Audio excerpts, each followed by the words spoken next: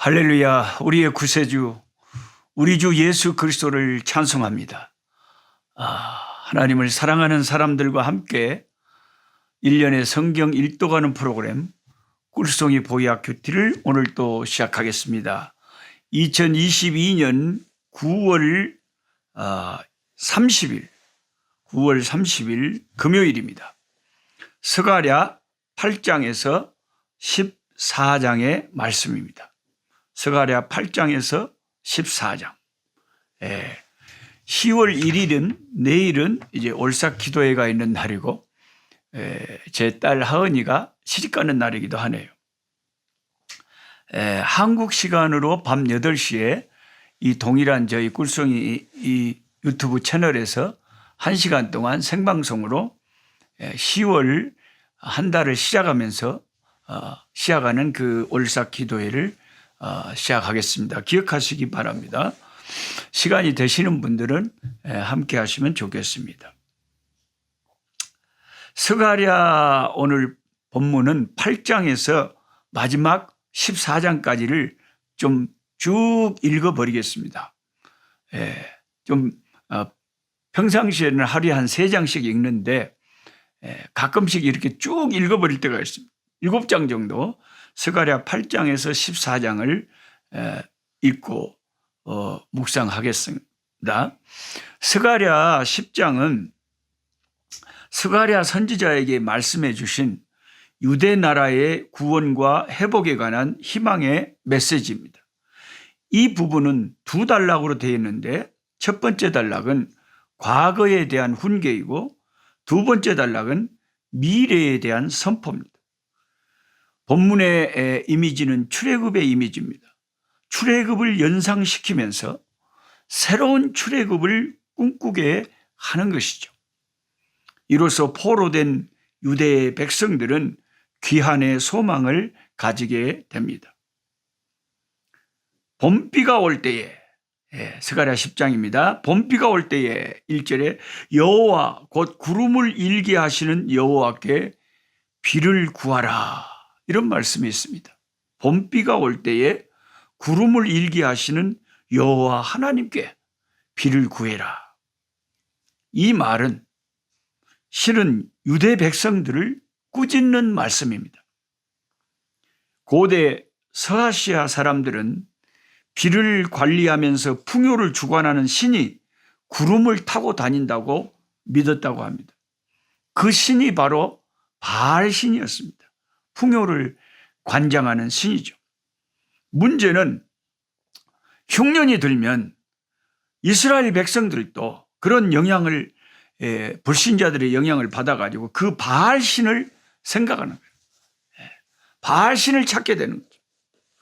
그래서 이 말씀이 서두에 나오는 것이죠.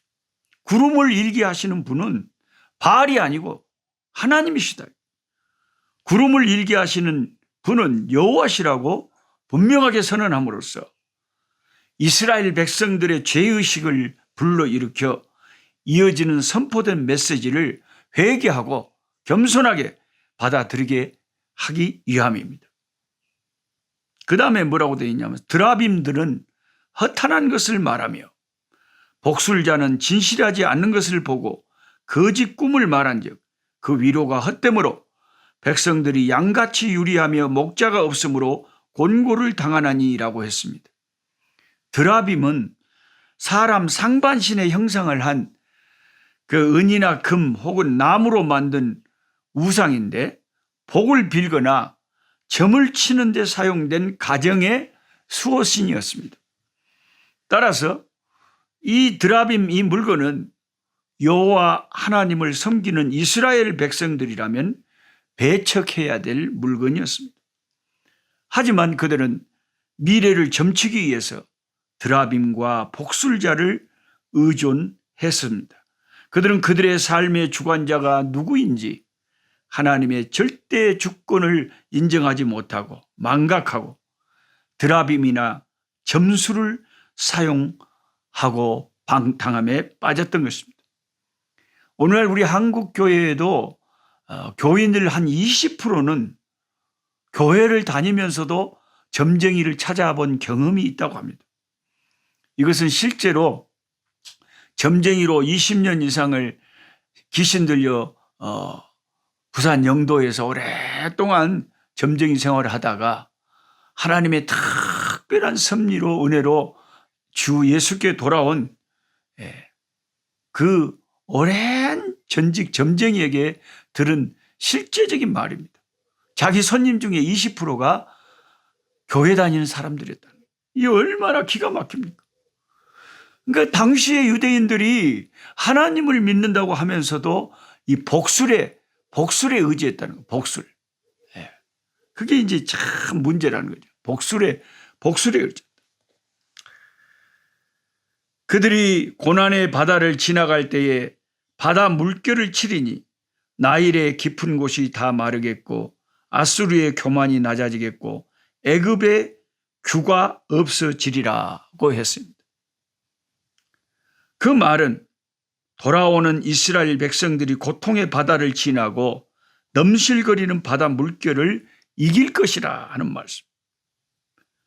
그 이유는 나일강이 다 말라 바닥을 드러내고 아시리아의 교만이 꺾이고 애굽을 다스리던 힘이 사라질 것이기 때문입니다.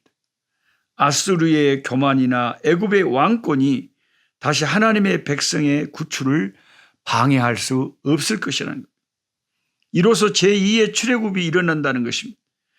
첫 번째 출애굽처럼 홍해의 물결을 쳐 마른 땅을 건너게 하신 그 하나님이 다시 한번 회복의 역사를 펼치실 거라는, 내가 그들을 긍휼히 여김으로 그들이 돌아오게 하리니 그들은 내가 내버린 일이 없었음 같이 되리라고 하나님은 유다 백성들에게 선포합니다.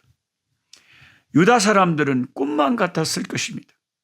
나라를 잃은 백성들이 그것도 단체로 유배지에서 고향으로 돌아간다는 것은 쉽게 일어나는 상황이 아니었기 때문입니다. 아수르, 바벨론, 그리고 페르시아에 의해 멸족된 족속이 그런 나라가 한두 나라가 아닌 상황에서 이스라엘처럼 다시금 피폐된 자기 조국으로 돌아오고 해방의 날을 맞이하는 민족은 이스라엘 백성 외에는 더 없었기 때문이죠. 더 놀라운 사실은 한 번도 하나님께서 그들을 버리지 않은 자처럼 대해주겠다는 하나님의 약속이죠. 우리 하나님은 그런 분입니다. 아무리 죄를 많이 지은 사람이라도 죄 없다고 여기기를 좋아하시는 그런 하나님이십니다.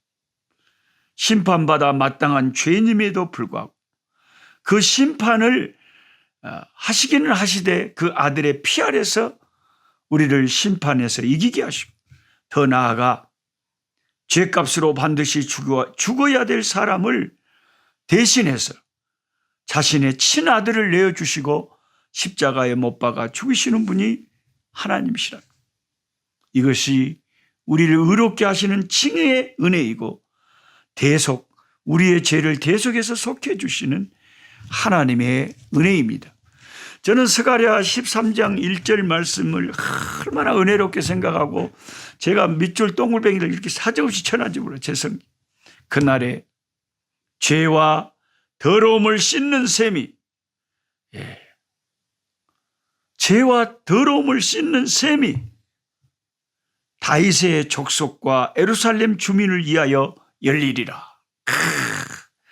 얼마나 놀라운 예언의 말씀입니다. 그날의 죄와 더러움을 씻는 셈이 다윗의 족속과 예루살렘 주민을 위하여 열리리라. 만군의 여호와가 말하노라. 그날에 내가 우상의 이름을 이 땅에서 끊어서 기억도 되지 못하게 할 것이며 거짓 선지자와 더러운 귀신을 이 땅에서 떠나게 할 것이라.